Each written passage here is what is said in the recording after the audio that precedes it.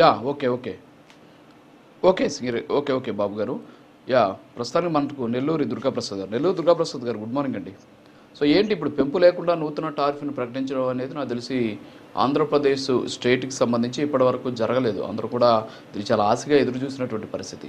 అయితే ప్రస్తుతానికి కూటమి ప్రభుత్వం అధికారంలోకి వచ్చిన తర్వాత ఇంత పెద్ద ఎత్తున అంటే 12,632 కోట్లు అనేది కేవలం సర్దుబాటుకు సంబంధించినటువంటి అంటే ఆదాయానికి అలాగే వ్యయానికి మధ్య ఉన్నటువంటి లోటు అది. దీంతో పాటు ఇందాక మనం విన్నాం, రవికిరణ్ గారు కూడా కొన్ని అంశాలు చెప్పారు. ఏంటంటే ప్రభుత్వం ఇచ్చేటటువంటి సబ్సిడీల ద్వారా ఉచిత విద్యుత్ ద్వారా ఎంత భారం మోస్తుందని కూడా మనం చూసినటువంటి పరిస్థితి. సో ఎలా చూడొచ్చు అంటారు? గుడ్ మార్నింగ్ రాజు గారు, మీకు ప్యానలిస్టులకు అందరికి కూడా గుడ్ మార్నింగ్. రాజు గారు ఒకటి ఆలోచించుకోవాలి, గత ప్రభుత్వం ఏంటంటే అడ్మినిస్ట్రేటివ్ ఫెయిల్యూర్ వల్ల విద్యుత్ బాగా భారం పడ్డది ప్రజల మీద. ఎట్లా అంటే మేము అనేక కార్యక్రమాలు మిత్రపక్షంగా జనసేన కానీ మేము కానీ బీజేపీ కానీ బాదుడే అనేక కార్యక్రమాలు తీసుకున్నాం ప్రజల పక్షాన. అధికారంలోకి వచ్చినాక ఎట్టి పరిస్థితుల్లో పెంచడానికి వీలేదు. ఈఆర్సీ ఇండైరెక్ట్ గా మీటింగ్ పెట్టినప్పుడు కూడా పెంచాల్సి వస్తుందని అన్నా కూడా సీఎం గారు కానీ డిప్యూటీ సీఎం గారు కానీ ఎవరు కూడా యాక్సెప్ట్ చేయలేదు దాన్ని. ఎందుకంటే ఈ డిపార్ట్మెంట్ ఏదైతే ఈ డిస్ట్రిబ్యూషన్ లాసెస్ ఏదైతే ఉన్నాయో వాటిని కంట్రోల్ చేయాలి. రెండోది పర్చేజెస్, పీపీలు, పవర్ పర్చేజ్ అగ్రిమెంట్స్ కూడా ఒకసారి సమీక్ష చేయాలి. డెఫినెట్ గా నేను మీ ద్వారా ప్రభుత్వానికి కూడా విజ్ఞప్తి చేస్తున్నాను, ఎన్డీఏ ప్రభుత్వానికి. డెఫినెట్ గా గతంలో కొన్నటువంటి యూనిట్స్ చూడండి, ఒక యూనిట్ 7 రూపాయలు, 5 రూపాయలు 50 పైసలు కొంటే ఇవాళ 4 రూపాయలు, 3 రూపాయలు 10 పైసలు వస్తుంది. అంటే దీంట్లో ఎంత అవినీతి జరిగింది. అవినీతి జరగటమే కాదు, పూర్తిగా ప్రజల మీద వేల కోట్ల భారం పడ్డది.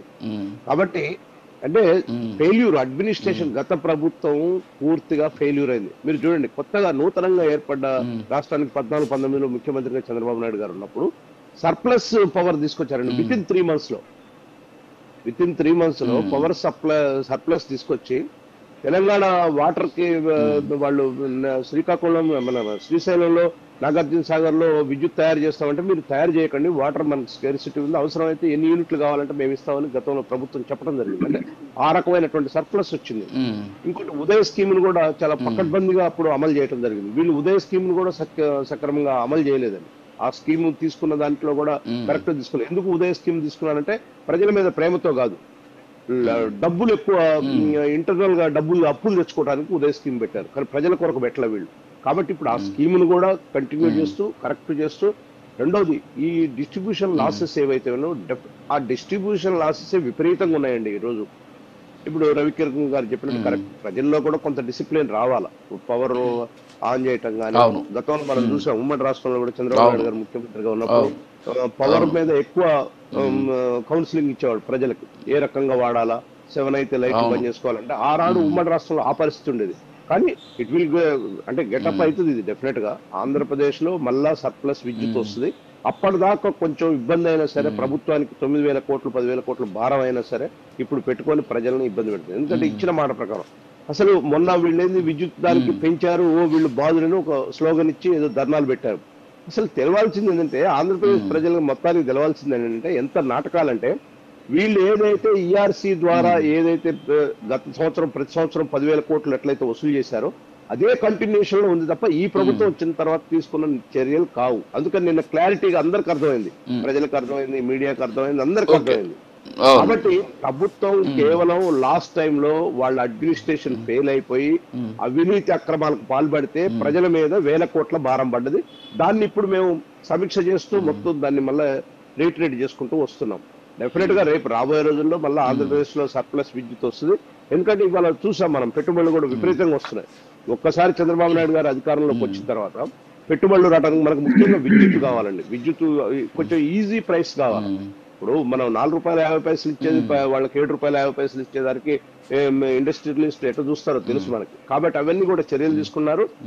అంటే ఇక్కడ వైసీపీకి సంబంధించినటువంటి నాయకులు ఎందుకని గతంలో నవంబర్లో చూసాం మనం, వాళ్ళు ఆందోళన చేశారు, సో రేట్లు పెంచేశారని చెప్పేసి భారీ ఎత్తున ఒక ప్రచారం చేసినటువంటి పరిస్థితి. సో ఇదంతా వాళ్ళకి చెంపపెట్టి అనుకోవచ్చా మనం?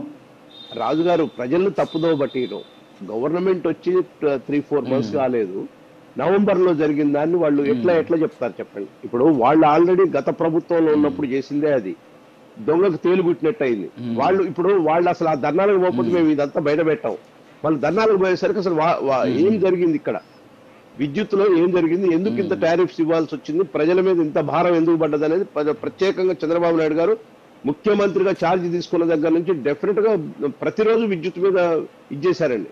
ఎందుకంటే విద్యుత్ అనేది చాలా ప్రాథమికంగా ఇది కావాల్సినటువంటిది. దాని మీద చేసిన తర్వాతనే మొత్తం అయింది. అదే ఇప్పుడు కొంతమంది ఎన్డీఏలో ఉన్నోళ్ళు కూడా, మేము కొంతమంది కార్యకర్తలు కానీ లీడర్లు కానీ, అరే ప్రభుత్వం పెంచిందా ఏంది, వీళ్ళు అప్పుడే ధర్నాలు తిరుగుతున్నారు అని కొంతమంది కార్యకర్తలు కూడా అపోహ ఉంది. కాబట్టి అప్పుడు దాన్ని బట్టబయలు చేశారు. ఇది ఈఆర్సీ గతంలో తీసుకుని, గత ప్రభుత్వంలో ఉన్న నిర్ణయం తీసుకుని, వాళ్ళు ప్రతి సంవత్సరం 9,000 నుంచి 10,000 కోట్లు ఏ విధంగా అయితే వసూలు చేస్తున్నారో అదే కంటిన్యూషన్ లో వచ్చింది తప్ప ఈ ప్రభుత్వం వచ్చిన తర్వాత సింగిల్ రూపాయి కూడా పెంచాలి. అందుకని నిన్న క్లారిటీగా ఈసారి ఎట్టి పరిస్థితుల్లో పెంచేది లేదని ఈఆర్సీ చైర్మన్ డైరెక్ట్ చెప్పేశారు. కాబట్టి ప్రజలని ఇబ్బంది పాలు చేయొద్దని చాలా ఇబ్బంది పడ్డారు. మేమే చేశాం కదండి, విపరీతమైన ధర్నాలు చేశాం.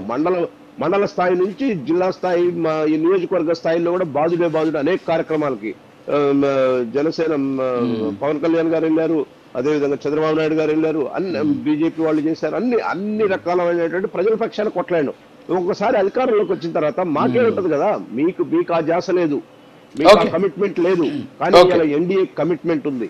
ప్రతి నిమిషం కూడా ప్రజలను ఏ విధంగా ఆదుకోవాలి, ప్రజలను ఏ విధంగా చేయాలి, అదే విధంగా రాష్ట్రాన్ని ఏ విధంగా గ్రోత్ చేయాలనేది ఆలోచన చేయాలి. ఓకే అండి, ఓకే, ఓకే. వైఎస్ఆర్సీపీ అధికార ప్రతినిధి బొట్ల రామారావు గారు.